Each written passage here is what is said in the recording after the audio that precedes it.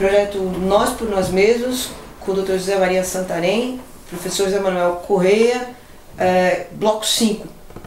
Então vamos falar do seu doutorado, das bases científicas, como que elas se expandiram aqui, cursos, e como que você foi cunhar esse termo levantamento básico, que é tão próprio só do Brasil. Bom, vamos começar pelo aspecto do nome, né, da modalidade, né?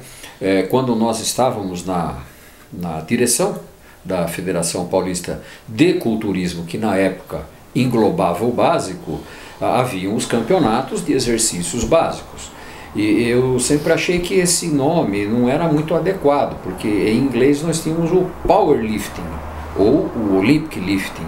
Os dois eram lifting, levantamento, né? E é o que se faz, né? É um levantamento de peso com estilos diferentes, né? Então me ocorreu que o nome mais adequado seria o levantamento, até como paralelo ao levantamento olímpico, o levantamento básico. E acho que as pessoas da diretoria acharam que era uma boa ideia e isso foi aprovado. Eu diria até que foi uma ideia conjunta, né? Surgiu a ideia numa mesa diretora, né? E passou a ser, ficou levantamento básico, né? Não sei se ainda é usado, Se é. Que bom. Os powerlifters brasileiros ainda se conhecem como basistas. Então, que são basistas. Foi o nome certo para a coisa certa. É que o básico já era antes, exercício básico. Né? Então o básico não mudou, era básico, continuou básico. O que mudou foi exercício para levantamento. Na verdade, você foi precursor de uma onda americana. O Back to Basics é uma onda dos fim dos anos 80 e 90, que é voltar principalmente para o agachamento supino e terra. Então, você adiantou em 3 décadas aos caras. A nossa turma, né? A nossa equipe. É a genética, né? Isso já veio. Não é possível ele não ter nascido com esse bicho, né? Não é possível. Para gostar como nós gostamos disso e dar a cara a tapa tanto tempo, tão cedo, tem que ser genética a coisa. Porque verdade. Tudo dizia, cai fora disso, né? Tudo, né? Tudo, até a genética. Até a genética. Como eu não tinha genética para ser atleta, eu resolvi ser dirigente, né? Mas para ficar junto, para conviver e tal, né? Exatamente. Dirigente e cientista, né? Sim, estudar o assunto, exatamente. Então vamos lá, doutorado. Pois eu voltei de Joinville para São Paulo com a ideia de fazer doutorado e poder contribuir mais, não é? Então eu fiz o doutorado, o meu doutorado foi o desenvolvimento de um equipamento para levantamento de peso em rato. Então eu bolei uma das diversas formas que existe para fazer rato levantar peso, né? Então foi feito esse modelo e está aí como uma contribuição para a área básica, né? Eu pessoalmente nunca, depois do meu doutorado, não me envolvi mais com modelo animal. Com modelo animal. Aí eu passei a estudar exercício em humanos, né? Aí logo em seguida eu fui convidado pelo professor Wilson Jacob, que hoje ele é professor titular de geriatria da Faculdade de Medicina. Na época nós éramos quase contemporâneos, ele era um assistente, mas ele me convidou para montar um centro de estudos onde estudaríamos exercício com peso em idosos. Aliás, a motivação do Wilson Jacó era estudar atividade física. Ele era um remador, um remador do Espéria. Né? Você conheceu ele na época de remo? Ele era do remo, lá do departamento do Espéria. Então, então o mote dele é atividade física, né? Então muito interessado na atividade física no idoso. E o meu assunto sempre foi exercício com peso. Mas o idoso, eu sempre vi o idoso como um auxílio muito grande para a popularização do peso, porque diziam tanta bobagem com relação ao peso, e no fim os estudos foram mostrando que o peso era a melhor forma de exercício para as pessoas mais debilitadas. Então, se serve para o debilitado, serve para todo mundo, né? Então, eu sempre achei que esse casamento do peso com o idoso foi muito bom. E realmente, durante 13, 14 anos, eu coordenei um centro de estudos, que é o CECAF, Centros de Estudos em Ciências da Atividade Física, da disciplina de Geriatria da Faculdade de Medicina da USP, onde estudamos exercício com pesos em idosos. Quer dizer, logo depois do seu doutorado, você já se encaminhou para estudo com idosos? Isso, em humanos. Né? Em humanos. Isso, exatamente. Isso, você acredita que isso... bom, em primeiro lugar, as disciplinas eram obrigatórias para os estudantes, para os residentes e para os estudantes de pós-graduação? Eles tinham que fazer as disciplinas ou eram optativas? Você se refere a quais disciplinas? Porque as disciplinas que o CECAF oferecia. Não, ele não oferecia disciplinas para a pós-graduação. Era um centro de estudos que produzia trabalhos, estudos. Centro de pesquisa. Né? É um centro de pesquisa. Hoje ele não existe mais, ele foi aglutinado por outros centros, né? Ele aglutinou com outros centros, né? Então ele perdeu a sua individualidade. Mas as pessoas ainda gravitam em torno da disciplina de geriatria envolvidas com atividade física e exercício com peso. No Hospital das Clínicas existe um ginásio do serviço de geriatria para exercício com pesos. É obrigatório para o residente e para o pós-graduando, o cara que faz mestrado, doutorado em geriatria, para fazer essas disciplinas? Não é. Eles apenas têm a oportunidade de ter contato. Tem contato, tem uma passagem, conhecem os trabalhos, mas não é nada obrigatório. Não é. Você pode falar um pouco de como que é essa briga ou essa resistência da comunidade científica com relação aos estudos com treinamento resistido? Eu diria que não existe mais, já existiu, mas não existe mais. Existiu na época... década de 70 do século XX, né? Estamos falando de século XX, né? De 70, 60, 70, havia muita resistência com relação ao exercício com peso, porque na época o que existia patrocinado era o aeróbico, né? Com muitos interesses envolvidos em patrocinar aeróbico. E realmente muitos trabalhos da época mostravam os benefícios dos exercícios aeróbicos, que são reais, mas as conclusões eram tendenciosas. Dizia-se assim: exercício aeróbico é bom para isso, exercício aeróbico é bom para aquilo, e é. Mas a questão é que ficava subentendido que só aeróbico é bom para isso, só aeróbico é bom para aquilo. É que só o aeróbico estava sendo estudado. Na década de 80 já começaram a sair trabalhos estudando outros tipos de exercício, e aí entrou a musculação, né? Por quê? Porque é a atividade física junto com o aeróbico mais praticada no mundo. Então sempre foi. Então começou-se a estudar muito exercício resistido na década de 80.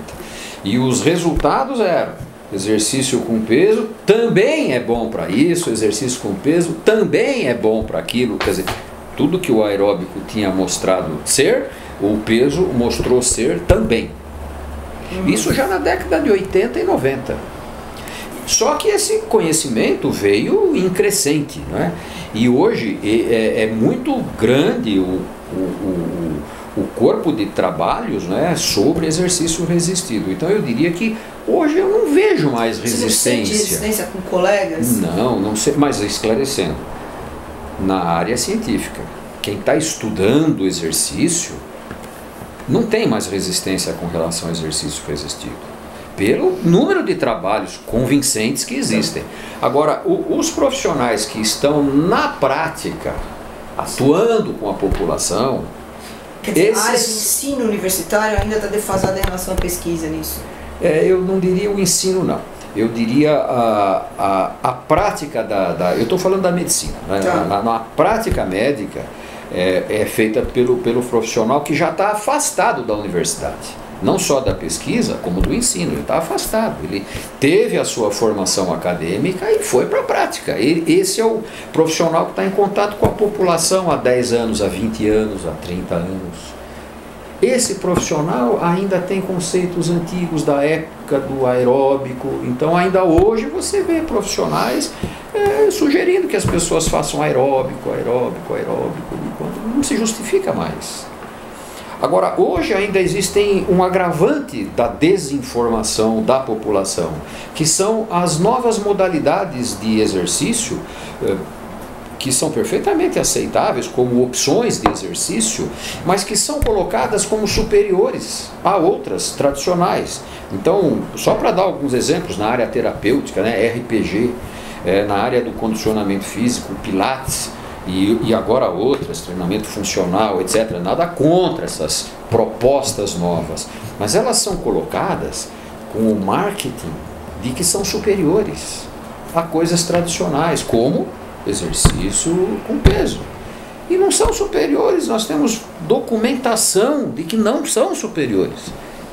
Mas há interesses em promover essas atividades. E os profissionais que estão em contato com a população são vulneráveis a essas ações de marketing. E acabam frequentemente, eu recebo clientes, né, eu atuo na clínica, né, mas o meu médico me recomendou para fazer Pilates. Meu médico me recomendou para fazer RPG. RPG já é uma coisa antiga, mas ainda fica, né? Enfim, quando o melhor não é isso. O melhor é musculação. Então, está estudando, não tem dúvida, não é mais uma questão polêmica do ponto de vista científico. A dificuldade é fazer chegar na ponta daquele profissional que está em contato com a população. O ortopedista que atende ali no hospital. E não só o ortopedista, o médico em geral. Geriatra. Né? Todos eles. O geriatra ainda é um profissional que não tem uma história de atividade física. Então ele não foi, vamos dizer, deformado por conceitos errados. Ele é um sujeito virgem de conceitos. Então ele aceita aquilo que se traz com boa documentação. Então, olha, melhor para exercício com peso, para o idoso, tá, que bom, tal. Então esse ainda aceita. Agora, aquele que teve uma informação diferente, anterior, tem dificuldade para aceitar as novidades. Durante um tempo, você terminou seu doutorado, que foi em anos 92 eu terminei meu doutorado. De lá para cá, quando você terminou, você provavelmente era um dos únicos que estudava força no Brasil. De lá para cá, você sentiu que aliviou? Você não é mais o único que está carregando esse bastão, que tem mais gente? Sem dúvida, porque sem dúvida, mas falando da área das ciências em geral, porque na medicina ainda tem pouca gente fazendo o que eu faço, né? Quer dizer, eu sou um fisiatra. O fisiatra é o médico que estuda fisioterapia, né? É o médico que faz fisioterapia. Então, como exercício terapêutico, o exercício resistido cada vez se impõe mais. Tem poucos fisiatras dedicados a exercício, eu sou um deles. Tem outros, mas são poucos que fazem exercício. Agora, na área da educação física, por exemplo, já tem muita gente boa, gente estudando exercício com peso, envolvida com exercício com peso. Tanto é que houve uma época, há 20 anos atrás, até mais, e que quando se falava em exercício com peso, lembravam do meu nome, me chamavam, e com grande prazer eu atendia às solicitações e dei cursos no Brasil inteiro, não só pelas federações de musculação, mas por associações, universidades e tal, falavam em musculação, chamavam o Santarém. Felizmente, não é mais assim. Hoje existem muitas opções, gente competente na área da educação física para falar de musculação. Eu não posso dizer que isso ocorreu na área médica. É isso que eu queria saber. Não, você sente que na medicina ainda não... Aceitam, mas não tem gente dedicada, gente fazendo, gente trabalhando, entendeu? Gente estudando. Né? Na educação física tem. Então, é a situação atual. Você falou que dentro da geriatria tem mais aceitação. O que você diria, por exemplo, de especialidades como ortopedia e endocrinologia? Olha, a gente não pode generalizar, não é? Porque eu conheço vários ortopedistas que são muito bem informados sobre exercício com peso, mas ainda é minoria. Esse pessoal ainda é minoria. A maioria tem desinformação. A medicina é uma área assim com uma densidade de informações muito grande. E os profissionais, eles têm dificuldade para acompanhar a evolução das suas especialidades. Então aquilo que parece mais periférico para eles, eles vão deixando de lado. O que você acha que contribuiria para modificar isso? Tornar obrigatório na grade curricular? Disciplinas relacionadas a... Acho que isso iria contribuir. Eu não sei se seria a solução, mas claro que iria contribuir muito. Tanto é que hoje a medicina esportiva está evoluindo muito. A medicina esportiva, medicina do esporte, né, que é o termo mais atual, medicina do exercício e do esporte, é uma área médica que está evoluindo muito e com gente nova, gente competente, estudando, e esta especialidade médica está se impondo também nas universidades e influindo a formação de outros especialistas. Então eu acredito que com esse crescimento da medicina esportiva ou da medicina do esporte, outras especialidades serão favoravelmente influenciadas. Mas você continua sendo o nome lembrado como referência? Pelo menos na área médica, eu acho que eu não vejo outras pessoas com essa dedicação que eu tinha e tenho ao exercício resistido. Bom, então vamos falar sobre essa relação entre a difusão do conhecimento e as práticas de exercício, que envolve naturalmente os equipamentos. Você sempre manteve essa dupla atuação como médico, né, dentro da clínica, mas também pensando a produção de equipamentos, Sim, porque dentro da medicina a minha ferramenta de trabalho sempre foi o exercício resistido. Eu trabalho com exercício terapêutico, exercício para quem tem doença. Então não foram coisas paralelas, na realidade foram as mesmas. É a minha área de estudo, né? O exercício dentro da medicina. Então nesse sentido eu sempre pensei em equipamento e sempre tive a proposta de tentar desenvolver equipamento cada vez mais eficiente em termos de trabalho muscular e ao mesmo tempo mais seguro em termos de sobrecarga articular. Então, felizmente, eu acho que eu consegui chegar numa linha de equipamento que é evolução de muitos anos, não é? E digo com grande prazer que o meu parceiro atual na produção desse equipamento é o Zé Manuel Correia na empresa Pórtico. Então acho que a gente associou aí uma vivência esportiva que é mútua de nós dois, com uma vivência, vamos dizer, técnica de indústria que o Zé Manuel tem e uma vivência, vamos dizer, fisiológica, biomecânica, anatômica e até de medicina mesmo, né? E juntamos tudo isso e estamos juntos aí. Você diria que então, de certa forma, você representa uma espécie de ponte entre as duas pontas, o alto rendimento e a situação de debilidade patológica? Você veio do alto rendimento, né? Quer dizer, isso, eu sempre fui envolvido com o esporte de alto rendimento, não como atleta, mas como dirigente, né? Sempre fui envolvido com isso. E esse equipamento que eu me propus a desenvolver tem proposta que é adequada para os extremos da aptidão física. Porque para quem interessa um aparelho que trabalha bem o músculo com conforto articular? Para quem interessa? Para todo mundo. Para o atleta que precisa trabalhar com cargas elevadas e segurança, e para o debilitado, que por ser debilitado precisa de equipamento eficiente e seguro. Então esse equipamento serve para as duas pontas. E essa é a vivência que nós estamos tendo nos anos que estamos trabalhando com esse tipo de equipamento. Atleta que experimenta, adora. Pessoa debilitada é o que eles fazem e conseguem fazer. O público do meio que não é um atleta de alto rendimento e também não é um debilitado, eles se impressionam mais com outros aspectos do equipamento. Por exemplo, a praticidade de trocar peso, mudar tijolinho, pino, ou apertar botão, não ter que trocar peso, pega a anilha, põe a anilha, tira a anilha. Então, esse pessoal do meio da aptidão, né, que não é o atleta motivado, não é o debilitado, geralmente tem opção por outro tipo de equipamento. Seria o pessoal mais da estética e os... Do fitness em geral. Porque o professor de educação física que está trabalhando numa academia, se tiver um equipamento que tem que trocar anilha, quem vai trocar anilha para o cliente? Ele, né?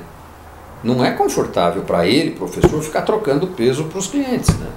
Então ele prefere muito mais um aparelho que você muda pino ou aperta botão e regula o aparelho, enfim, né? Então acredito que isso contribua muito para esse segmento, que é um segmento muito grande, né? O fitness, né? O pessoal que faz exercício sem grandes pretensões, né?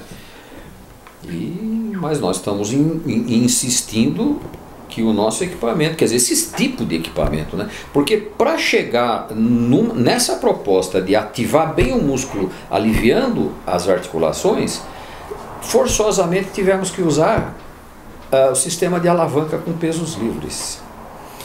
E a informação que eu tenho do Zé Manuel e de outros que viajam muito para feiras, essas coisas, que eu não faço isso, é que esse tipo de equipamento está cada vez mais popular com fabricantes do mundo todo. Talvez o Zé Manuel pudesse dar algum depoimento nesse sentido.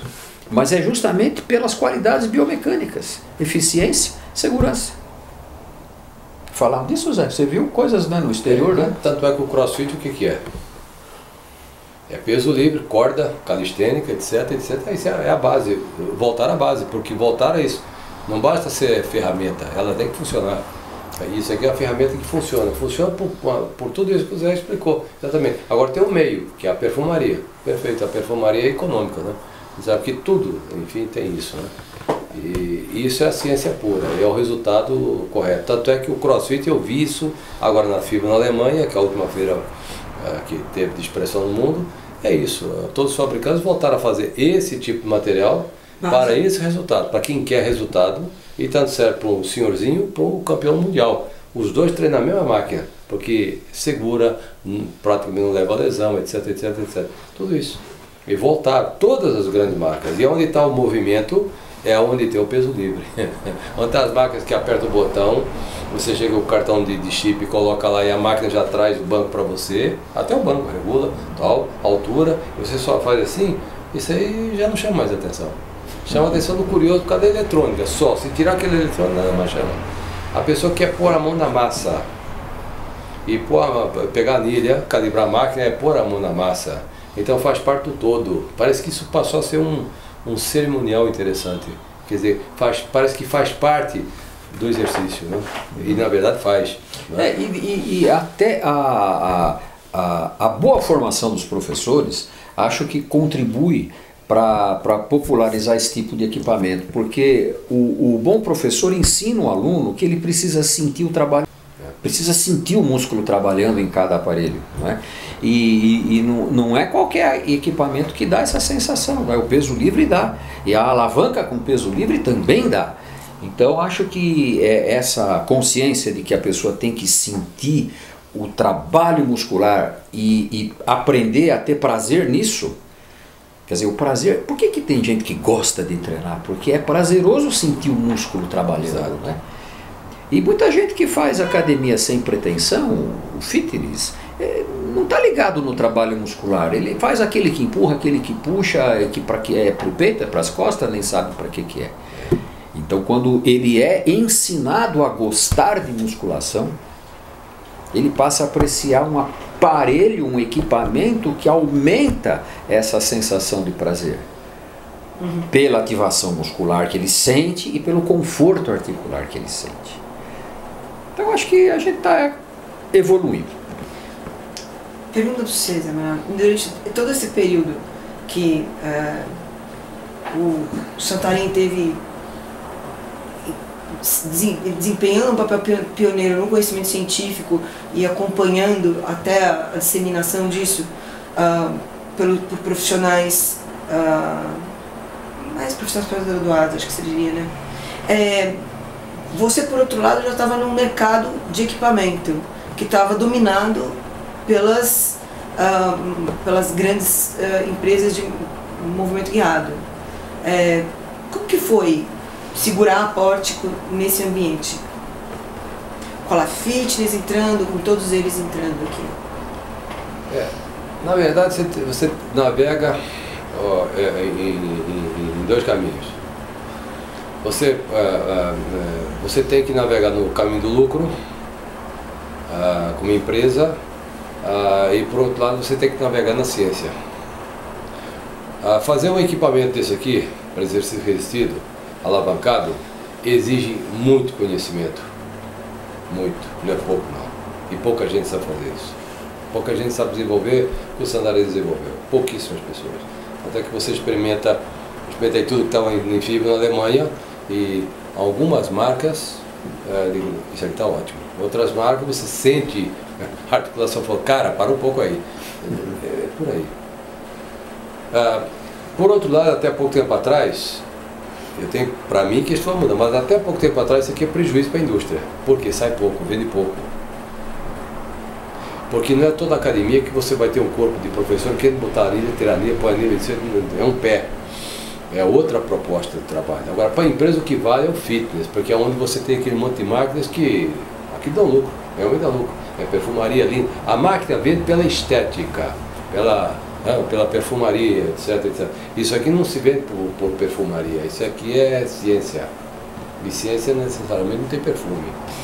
Com essa expansão dos anos 90 para cá, da ideia da volta ao básico, da volta de forma, que principalmente nos Estados Unidos, de formas de treinamento mais rudimentares, mais baseadas em peso livre, você acha que isso abre mais caminho para... O que aconteceu é simples assim. Se você vai para Goldin ainda hoje, você vai ver os grandes nomes do mundo treinando com o quê? 90% com peso livre. Por que treina com peso livre? Porque ele acha bonito? Não. Porque aquilo dá resultado. A diferença é essa. E eu tenho uma interpretação sobre isso também. Muitos trabalhos mostram com aparelhos uma ativação muscular muito semelhante ao peso livre. Quer dizer, a preferência dos atletas, que é notória, para peso livre, até agora os trabalhos científicos não conseguiram mostrar que o peso livre realmente seja mais eficiente. Mas o atleta prefere. Eu tenho uma interpretação pessoal que é uma hipótese. Eu acho que o atleta prefere pelo prazer de treinar, sentir o músculo trabalhar, sem a interface de cabos, polias, atritos e elasticidades, né? Ele sente a transmissão direta de carga no músculo. Então acho que o prazer é uma hipótese minha. Já que os trabalhos científicos não comprovam que o peso livre seja mais eficiente que o aparelho, se isso é verdade, pode não ser, né? Mas se é verdade, a minha interpretação, a minha hipótese é que a preferência é pelo prazer do treinamento. Agora, esse prazer do treinamento você encontra no aparelho com sistema de alavanca, porque a transmissão direta também é direta. Você sente o peso como se fosse um peso livre e com um conforto articular maior. Pessoas, atletas com lesões, frequentemente não conseguem usar um peso livre porque as articulações doem. Mas no equipamento de alavanca com peso livre, eles conseguem usar carga grande, confortavelmente e com a mesma sensação de trabalho muscular. Então, é uma hipótese que eu tenho. Mas aí tem a grande dificuldade da história, que interpretar aparelho de alavanca é uma outra condição, é outro cálculo, é outro mundo. E as máquinas próprias, prontas com cabo, é só o cabo, ele vai e volta, acabou, pronto. Qualquer menos avisado consegue fazer. Agora, isto não. Isso você precisa ter muito conhecimento para fazer. E mesmo adquirindo algum conhecimento, para chegar nesse ponto articular é complicado. Não é fácil. Acertar uma máquina dessa é a coisa mais difícil do mundo. A coisa mais fácil é fazer o que todos os outros fazem, cabo e puxa. Pronto, aí ele sobe, se sobe e desce, ótimo, tá perfeito. Tira o atrito com polias boas, pronto. Agora, isso aqui não. Isso é como o alfaiate fazer terno sob medida. Tem que falar com a articulação, falar com toda essa parafernália dessa máquina perfeita que é o corpo. Não é fácil. Por isso que não são todos os fabricantes que trabalham com isso. É difícil. É difícil. Então, a sua interpretação é que do ponto de vista comercial, isso é um problema? Para uma empresa conseguir produzir esse equipamento, tem que manter os níveis. Eu penso assim, no mercado, qual é o ginásio enorme? Quem quer trabalhar no departamento de peso livre para pôr peso e tirar peso e depois botar dumbbell no rack, diabo certo? Não aparece um voluntário. Agora, quem quer trabalhar na área que não precisa fazer nada, só ficha biométrica e tal, e fica sentadinho aqui olhando a moça bonita? Todo mundo. Porque o cara põe pino, aperta o botão. E tem umas máquinas que você enfia o cartão no chip e a máquina já vai no peso que você quer tracionar. Já tem isso também. Então, essa é mais fácil ainda. O professor fica só bonitinho, com o cabelo com gel, etc. Lá no departamento aqui, tem muito senhorzinho, muita senhora que o professor tem que pôr a anilha. É outro departamento. Então, nesse setor, comercialmente falando, é onde pega a roda. O grande investidor, você pega hoje o grande grupo aí de academia que está sendo investida para cima e para baixo. Quantos aparelhos de peso livre tem? Poucos. Não é? Pouquíssimo, porque é só botar o pino e tchau, nem professor tem teoricamente. É isso que dá resultado, infelizmente é isso. Agora, resultado no aluno ou no paciente, etc, no músculo, no compadre, no músculo, é isso aqui, é a ferramenta livre. Mas isso não é comercial. Até agora. Até agora. Até agora. Pra vocês. Vai ser comercial. Vai ser comercial. Eu tenho certeza disso. Daqui não vai demorar muito tempo. Metade da academia vai ser perfumaria e metade da academia vai ser ciência. Que é aquilo lá. É isso que eu ia perguntar para vocês. Você pode perguntar até porque eu tenho a resposta. O que vai acontecer se a gente... Os estudos que mostram que tem uma demanda reprimida no mercado do fitness mundial, mas principalmente no Brasil, por parte de idosos, obesos, diabéticos e muito jovens. Na hora que essa demanda reprimida entrar, isso não se torna comercialmente mais viável? Vocês veem que existe essa possibilidade? Outra, a população está ficando mais velha. E com um segmento que tem dinheiro também ficando mais velho. Esse pessoal não vai criar uma pressão de mercado para equipamentos dessa natureza? Da natureza livre. Sabe por que eu estou afirmando que vai crescer muito mais do que o outro perfumado? Porque eu tenho conversado, eu tenho conversado muito com o pessoal, fuço muito. As pessoas estão usando a palavra que o Santarém disse agora há pouco. Estão tendo o prazer em treinar. É um detalhe muito importante que eu tenho observado isso. Você vê as moças colocando uma baita tornozeleira, eu tenho feito isso com um velcro para travar no XY para não cair. Não é mais fácil fazer naquela máquina guiada do glúteo, que a pessoa senta, porta o cartãozinho, já dá carga? Por que elas estão tendo aquele trabalho todo de botar aquele baita peso na perna? Porque ela já percebeu que aqui dá um prazer muito maior no glúteo. Esse prazer que a moçada tem transmitido é que está me levando a crer que esse tipo de trabalho livre, alavancado e mais o peso de dumbbell na mão, etc., vai ser o amanhã. Tá? Ou seja, voltamos para as bases. Exatamente, é isso que eu tenho notado na moçada. Não é? O velho gosta disso. O velho. Os moços estão, porque cada vez tem mais banco supino, cada vez tem mais rack de dumbbell, cada vez tem mais material alavancado que nós fazemos. É só olhar na fábrica o que é que está crescendo a produção anualmente. O peso livre está crescendo naturalmente. O que nós fazemos, esse aqui vai crescer muito mais, que tem mais ciência atrás disso. Então, é isso que eu acredito. E um aspecto importante é que não só essas populações já conhecidamente fragilizadas precisam de um equipamento mais funcional.